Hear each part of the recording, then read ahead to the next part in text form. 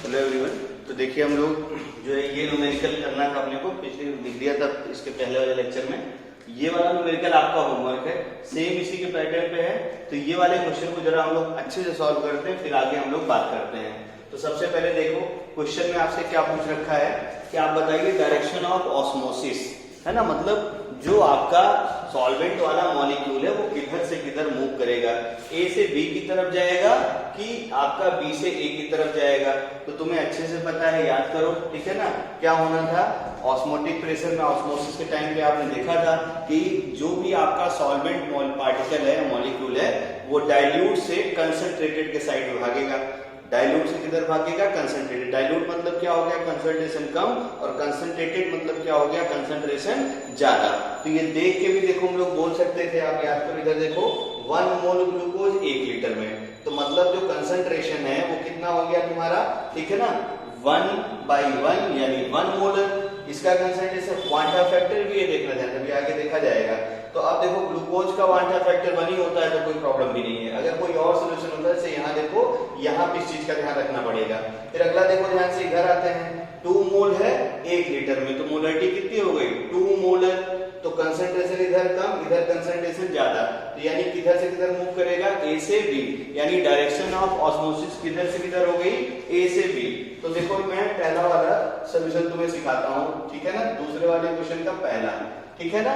तो हमेशा याद रखो, डायरेक्शन अगर तुमसे पूछे ऑस्मोसिस की, डायरेक्शन ऑफ ऑस्मोसिस, ठीक है ना, तो आसान सा तरीका है, आपको अच्छे से पता है, ठीक है ना।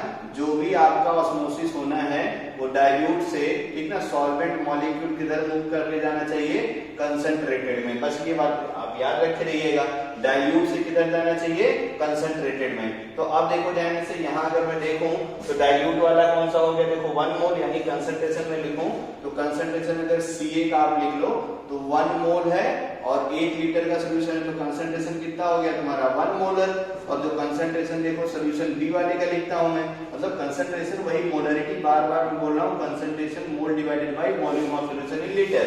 तो अब देखो उधर जो कंसंट्रेशन हो गया 2/1, यानी देखो ध्यान से कितना मोलर सोल्यूशन हो गया, ये 2 मोलर। तो अब तो दिख गया होगा ना, डायरेक्शन ऑफ ऑस्मोसिस किधर से किधर है, ए वाला डाइल्यूट है और बी वाला कंसंट्रेटेड है। तो डायरेक्शन ऑफ ऑस्मोसिस किधर हो गया, यहाँ आंसर लिख देता हूं मैं, फ्रॉम, ठीक ना, ए से किधर, फ्रॉम ए टू बी।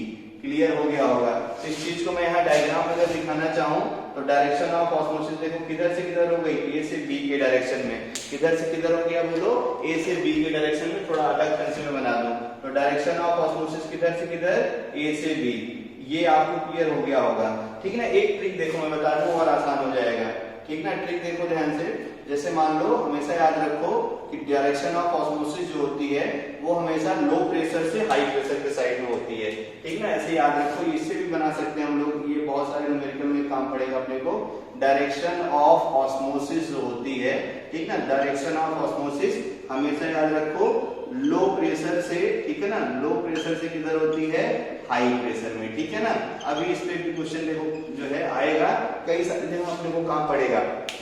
तो हम लोग क्या करेंगे सॉरी, तो एक साइड का प्रेशर निकाल लेंगे और दूसरे साइड का प्रेशर निकाल लेंगे, और हमेशा किधर से किधर जाता है, लो प्रेशर से हाई प्रेशर के साइड में, ठीक है ना। चलिए ये हो गया। इसके बाद हम लोग देखते हैं जरा इसका दूसरा वाला जो लेक्चर है, ऑस्मोटिक प्रेशर वाला, ठीक है। तो ऑस्मोटिक प्रेशर सोल्यूशन का कितना होगा, ये बड़ा अच्छा क्वेश्चन है, ठीक है ना। किसी ने सॉल्व किया है क्या, ऑस्मोटिक प्रेशर कितना आया, ठीक, ऑस्मोटिक प्रेशर आएगा इसका जो है 25 atm। अगर आपका मैच किया है तो नो डाउट आपने बहुत वीक में पढ़ा था, नहीं तो उसके न्यूमेरिकल को जरा ध्यान से देखिएगा तो समझ में आएगा।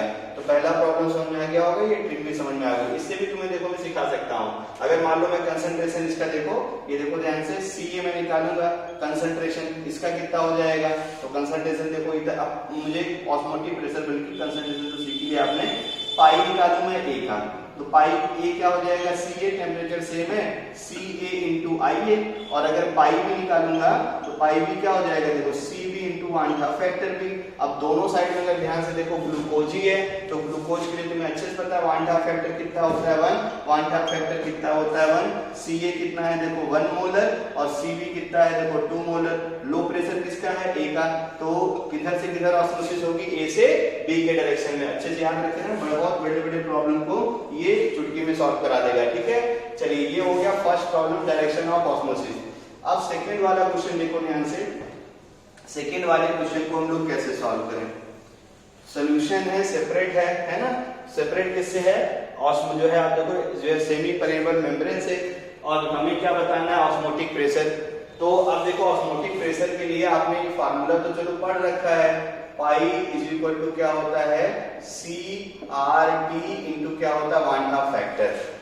तो अब देखो ध्यान से, अगर आप ये CRT इंटू आई करके वांट हाफ फैक्टर करके लगाएंगे आप, तो आप देखिए इधर या तो ये वाला सोल्यूशन ले लो या तो ये वाला सोल्यूशन ले लो, तो हमें इस पूरे मिक्सचर का यानी पूरे सोल्यूशन का ऑस्मोटिक प्रेशर बताना है, ना कि सोल्यूशन ए और सोल्यूशन बी का बताना है। यही वाले दिक्कत यहाँ पे होती है, इसको ध्यान में रख के रहना। तो हमेशा याद रखो ये वाला जो फार्मूला है पाई इक्वल टू CRT, ये हम लोग तब लगाते हैं ना, अच्छे से याद रखे रहना, अप्लाई व्हेन, यहाँ मैं लिख देता हूँ दिमाग में, इसको छाप लो, अप्लाई व्हेन, ठीक ना। पहले हिंदी में समझो, ये फार्मूला तब लगता है ना जब एक साइड में पानी हो, मतलब ऐसे मैं डायग्राम बना दूं, ये फार्मूला तब लगता है जब आपका सेमी परमेबल मेम्ब्रेन है ना तुम्हारी SPM, जब भी सेमी परमेबल मेम्ब्रेन के साथ, ठीक है ना, यहाँ पे आपका चाहे जो सोल्यूशन हो, सोल्यूशन O हो, लेकिन इस साइड अगर वाटर होता है, हमेशा फिक्स हो, अगर दूसरे साइड में वाटर है तब ये वाला फार्मूला लगता है, अप्लाई व्हेन, ठीक ना। वन साइड हमेशा याद रखो, वन साइड एज क्या होना चाहिए, वाटर, ठीक है। ये ट्रिक है और दिमाग में इसको छाप लो, ठीक है ना। Pi equal to CRT into I हमें तब लगाना है जब जो है सेमी परमेबल मेम्ब्रेन के एक साइड में, चाहे लेफ्ट चाहे राइट से मतलब नहीं है, एक साइड में आपको क्या होना चाहिए, वन साइड क्या होना चाहिए, वन साइड क्या होना चाहिए तुम्हारा, वन साइड इज वाटर, लिखा था मैं, वन साइड क्या होना चाहिए वाटर, चाहे जिस साइड में, तब हम लोग पाई इक्वल टू CRT लगाते हैं। यहाँ देखो ध्यान से, बड़ा अच्छा चीज है, दिमाग में बैठा होगा, pi equal to CRT into I हमें तब लगाना है जब सोल्यूशन जो आपका सेमी परमेबल मेम्ब्रेन से सेपरेट हो रहा है उसमें एक साइड का सोल्यूशन हमेशा पानी हो, ठीक है। अब देखना ध्यान से, तो इस वाले क्वेश्चन में तो पानी है नहीं, यहाँ तो कोई दूसरी चीज है, तो हमेशा याद रखो ऐसे केसेस में हम लोग जब ऑस्मोटिक प्रेशर निकालते हैं, दिमाग में रख लेना, जो है osmotic pressure directly proportional to concentration difference, ठीक है ना, ऐसे दिमाग में रखो, osmotic pressure directly proportional to क्या होता है, कंसंट्रेशन डिफरेंस, ठीक है ना। अब फिर हमें बहुत अच्छे से पता है कंसंट्रेशन डिफरेंस को हम लोग सॉल्व करेंगे, इक्वेट करेंगे, दोनों साइड में टेम्परेचर सेम है, सब कुछ अगर मैच करेंगे, यानी देखो पाई जो होता है इक्वल टू, ये क्या होता है, डिफरेंस होता है ऑस्मोटिक प्रेशर एक साइड का और ऑस्मोटिक प्रेशर दूसरे साइड का, तो pi directly proportional to concentration difference, या आप ऐसा याद रखिए कि जो पाई होता है directly proportional to mod of, देखो मैंने क्या किया, यहाँ पे मॉड लगा दिया, तो मॉड चाहे ऐसे अगर मॉड नहीं लगाया हूं तो डिफरेंस लिखूंगा। डिफरेंस मतलब क्या होता है, बोलो, डिफरेंस मतलब ये होता है कि जो वैल्यू बड़ी होगी उसको जो है उसमें से घटा देंगे, मतलब निगेटिव साइन नहीं लगाएंगे। और अगर मैंने ऐसे मॉड लगा दिया ये निगेटिव भी आएगा, तो हमें अब यहाँ डिफरेंस लगाने की जरूरत नहीं है, मॉड पाई ए माइनस क्या कर दूंगा मैं, पाई बी। ये बहुत अच्छे से याद रखते रहना, और करके वो भी फार्मूला लिख देता हूं मैं, पाई इक्वल टू क्या होता है, पाई ए डिफरेंस पाई बी, ठीक है ना, दिमाग में छाप लो इसको। अगर SPM के किसी भी साइड में पानी है, किसी भी साइड में पानी है, तो अपने को फार्मूला क्या लगाना है, pi is equal to CRT into आई।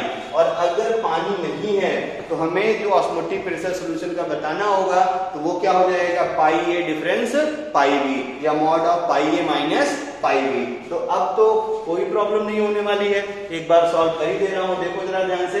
अब हम लोग पाई ए निकालना है अच्छे से, तो पाई ए अगर हम लोग निकालेंगे तो बोलो जरा पाई ए की वैल्यू क्या हो जाएगी, इधर देखना ध्यान से, स्पेस है थोड़ा, तो पाई ए इक्वल टू, है ना, कंसंट्रेशन देखना ध्यान से, पाई फार्मूला के ऊपर लिखा ही है, कंसंट्रेशन 1, आर को आर ही रहने दो, ठीक है ना, टेम्परेचर 27 डिग्री सेल्सियस दे रखा है, टेम्परेचर कितना दे रखा है अपने को 27 डिग्री सेल्सियस। तो RT तो कॉमन हो जाएगा, दोनों में से कोई दिक्कत नहीं है। तो R इंटू टी ऐसे रख देता हूं मैं, कोई भी टेम्परेचर तो फिक्स ही है। और देखना ध्यान से, ये हो गया पाई ए की वैल्यू इंटू आई। वांटा फैक्टर ग्लूकोज के लिए, ग्लूकोज सोल्यूशन है, ग्लूकोज के लिए वांटा फैक्टर कितना होता है 1। तो पाई ए की वैल्यू किसके बराबर हो गई, देखो RT के बराबर। हम लोग निकाल लेते हैं जरा पाई बी। तो पाई बी क्या होता है, C है ना, कंसंट्रेशन कितना है इसका 2, R into T, temperature same ही है, और वांटा फैक्टर ग्लूकोज का कितना होता है 1, यानी कितना हो गया 2RT। बात क्लियर हो गई होगी। तो यहां से देखना पाई इज इक्वल टू, आप अगर निकालिए तो पाई इज इक्वल टू किसके बराबर हो गया, देखो RT माइनस 2RT, यानी किसके बराबर हो गया, RT के बराबर। अब देखना R की वैल्यू कितनी है 1/12, और टेम्परेचर केल्विन में कितना आ जाएगा, देखो 27, यानी कितना हो गया 300 केल्विन। इसको सॉल्व कर दो तो समझ में आ गया होगा, कितना एटीएम आ गया, देखो 25 एटीएम, ठीक है ना। तो ये था इस वाले क्वेश्चन का कॉन्सेप्ट, जो कि अल्टीमेट कॉन्सेप्ट है। अच्छे खासे क्वेश्चन इससे आपके बनते हैं लिंक आंसर वाले में, इसलिए अच्छे से इसको दिमाग में रखे रहना, ठीक है ना। आप दिमाग में छाप लो इसको, direction of osmosis low pressure to high pressure और डाइल्यूटेड टू कंसंट्रेटेड। ये देख के नहीं पता चल पाएगा ना कौन सा टाइप, मान लो यहाँ तो आसान था तो पता चलिए कौन सा डाइल्यूटेड कौन सा कंसंट्रेटेड, लेकिन यहाँ थोड़ी ना आप पता कर पाएंगे कौन सा डाइल्यूटेड कौन सा कंसंट्रेटेड। उसके लिए आपको सॉल्व भी करना पड़ेगा। इससे अच्छा अपना ट्रिक हमेशा लगाओ लो प्रेशर से high pressure. Direction of osmosis, osmotic pressure अगर एक साइड में एसपीएम की किसी एक साइड में पानी है तो ये फार्मूला लगाना है, pi equal to CRT into I. और अगर किसी भी साइड में पानी नहीं है तो कंसंट्रेशन जो होता है उसका डिफरेंस ऑस्मोटिक प्रेशर बताता है, यानी pi equal to pi A difference क्या हो जाएगा, पाई बी।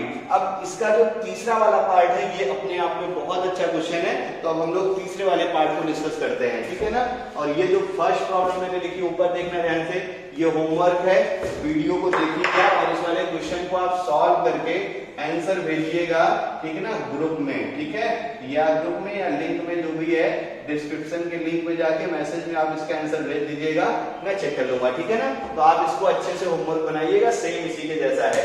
तो अब जरा सी वाले पार्ट को क्वेश्चन को सॉल्व किया जाए। तो थोड़ी चीजें मैं यहाँ मिटा लेता हूँ ताकि मुझे स्पेस मिले लिखने के लिए, ठीक है ना। समझ में आ रहा है, देखो पेन और कॉपी लेके हमेशा पढ़ाई करिए आप, शुरुआत से ही अगर आप पेन कॉपी लेके बैठेंगे, ठीक है ना, तो ये आपकी जो चीजें बहुत अच्छे से क्लियर होती चली जाएंगी। आप वीडियो को पॉज करके लिख भी लिया करिए, तब देखिए स्क्रीनशॉट भी एक तरीका है, लेकिन आप स्क्रीनशॉट का काम पूरा करिए तब होता है कि एक्चुअली में स्क्रीनशॉट लेते लेते मेमोरी मोबाइल की भर जाएगी, मतलब क्या होगा, पूरा मेमोरी भर जाएगा, पूरी जो है मेमोरी खत्म हो जाएगी, लेकिन फिर आप उसको कॉपी करने बैठेंगे तो ये हो नहीं पाता। इसलिए क्या है कि सबसे जो बेस्ट तरीका है कि आप पेन कॉपी नोटबुक लेके बैठिए और उसी के साथ पढ़िए, तो कोई दिक्कत नहीं होने वाली है।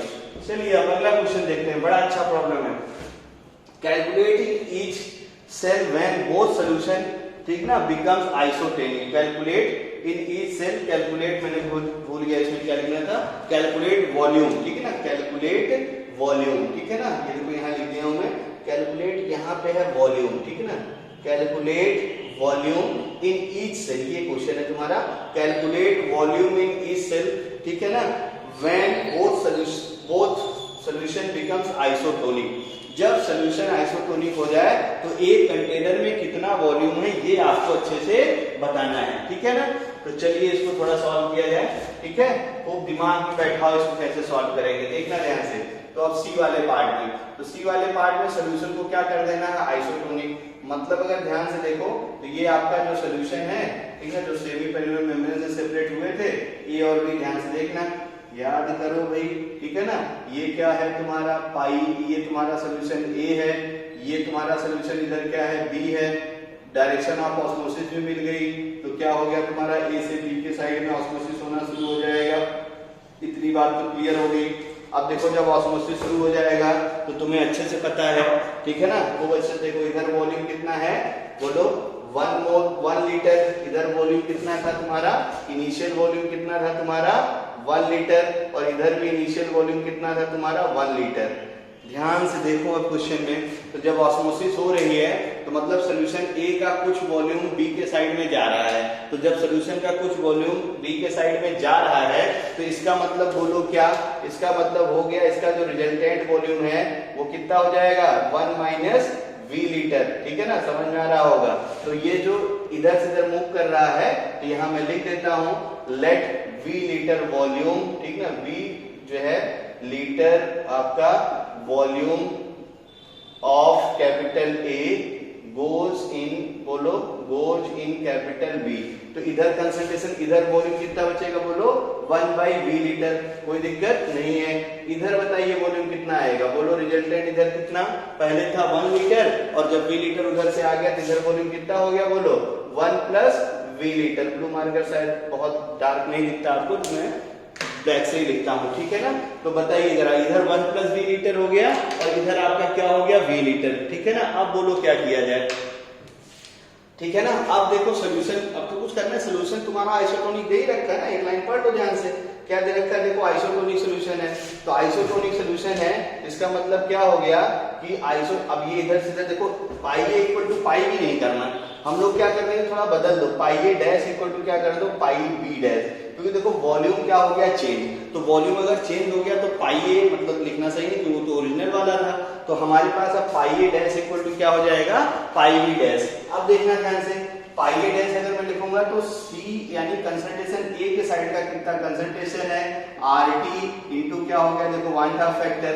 ऐसे ही देखो इधर की बात करूंगा पाई बी डैश की, तो CB इंटू क्या हो गया, RT और इंटू क्या हो गया, देखो 1/2 फैक्टर। अब देखना दोनों साइड में हम लोग लिखना शुरू करते हैं, तो 1/2 फैक्टर दोनों साइड में, I की वैल्यू तो 1 ही है, कोई दिक्कत ही नहीं है, ठीक है ना। तो खूब अच्छे से देखो, I की वैल्यू ग्लूकोज के लिए 1, इधर भी ग्लूकोज है तो ग्लूकोज के लिए 1/2 फैक्टर कितना हो गया 1, R गैसियस कांस्टेंट दोनों साइड से कैंसिल हो जाएगा, टेम्परेचर भी दोनों साइड का सेम है, दोनों साइड का टेम्परेचर भी सेम हो जाएगा, 1/2 फैक्टर सब कैंसिल हो गया, मिल गया आंसर, ठीक है ना। बोलो क्या, तो CA इक्वल टू क्या मिल गया, देखो CB। अब CA क्या है, 1 मोल, ठीक है ना, और CA मतलब कंसंट्रेशन, तो 1 मोल सोल्यूट है, डिसॉल्व है कितने में, बोलो 1 - v लीटर सोल्यूशन हो गया वॉल्यूम। और इधर से देखो ध्यान से, इसका मोल कितना था 2, ठीक है ना, और कितना वॉल्यूम बढ़ गया तुम्हारा 1 + v। इसको आप सॉल्व कर लीजिएगा, अब v तो मिल जाएगा ना, v मिल गया तो दोनों साइड का वॉल्यूम भी मिल जाएगा, ठीक है ना। तो आप इसको सॉल्व करेंगे तो v की वैल्यू आपको मिल जाएगी 1/3, कर लेना, v की वैल्यू कितनी हो जाएगी 1/3 लीटर। तो अब दोनों साइड का वॉल्यूम आपको मिल जाएगा, तो रिजल्टेंट वॉल्यूम जो बचेगा तुम्हारा, ठीक है ना, तो VA अगर मैं बोलूं V की वैल्यू इतनी आ जाएगी, तो देखना फाइनल वॉल्यूम कितना हो जाएगा 1 - 1/3 यानी कितना हो गया 2/3 लीटर, और जो वॉल्यूम B का हो जाएगा 1 + 1/3 यानी कितना हो गया 4/3 लीटर। तो ये आपका आंसर है, और अपने आप में ये बहुत जबरदस्त प्रॉब्लम है, ठीक है ना। तो आपको ये प्रॉब्लम एक बार वीडियो को और रिवाइज करके जरूर देख लेना, लास्ट वाला सेक्शन भी और ऊपर के सेक्शन भी, और ये प्रॉब्लम को खुद से अटेम्प्ट करना, अच्छा सा क्वेश्चन है, मजा आ जाएगी आपको सॉल्व करके, ठीक है ना। तो ये है आपका ऑस्मोटिक प्रेशर के न्यूमेरिकल, और ऑस्मोटिक प्रेशर के न्यूमेरिकल को हम लोग कैसे सॉल्व करते हैं और कितने टाइप के प्रॉब्लम तुम्हारे बनते हैं, ठीक है ना। इसके बाद जो हमें पढ़ना है वो हमें पढ़ना है, ठीक ना, relative lowering in vapour pressure, जो कि नेक्स्ट कॉलिगेटिव प्रॉपर्टी है। तो प्लीज ऑस्मोटिक प्रेशर एंड हो गया है, और यहाँ तक के वीडियो जितने भी हैं, पार्ट 1, पार्ट 2, पार्ट 3 जो भी हैं, ठीक ना। देखो वीडियो में छोटे छोटे क्लिप में इसलिए डाल रहा हूँ ताकि आपको बोर ना लगे, ठीक ना, पता चला आप 4 घंटे बैठ के पढ़ ही रहे हो, तो इससे अच्छा क्या है, छोटे छोटे क्लिप को पढ़िए, है ना, उसके बाद नोट्स बना लीजिए, 5 मिनट का ब्रेक भी मिल जाएगा आपको, फिर अगला वीडियो ऐसे करके कंटिन्यू करेंगे तो आपको नो डाउट चीजें समझ में आती चली जाएंगी, ठीक है ना। तो ऑस्मोटिक प्रेशर एंड हो गया है, इसके अगले पार्ट में अपन relative lowering in vapour pressure पढ़ेंगे। Thank you.